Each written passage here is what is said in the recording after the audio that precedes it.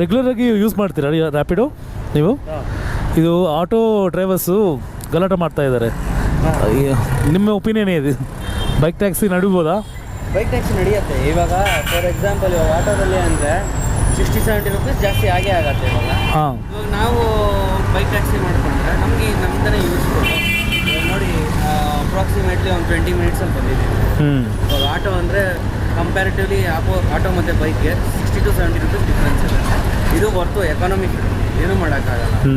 ನಾವು ಅದನ್ನು ಮಾಡೋಕ್ಕಾಗಿಲ್ಲ ಅಂದರೆ ತುಂಬ ಕಷ್ಟ ಆಗುತ್ತೆ. ಇದು ಬೆಸ್ಟು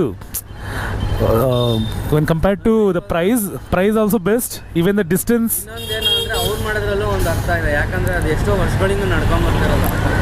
ಅವ್ರದ್ದು ಯೂನಿಯನ್ನಲ್ಲಿ ಅವ್ರು ಮಾಡೋದು ಅವ್ರ ಹಕ್ಕು, ಅದನ್ನು ನಾವೇನು ತಡೆಯೋಕ್ಕಾಗಲ್ಲ.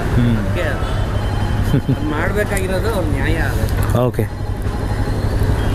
Okay, thank you so much.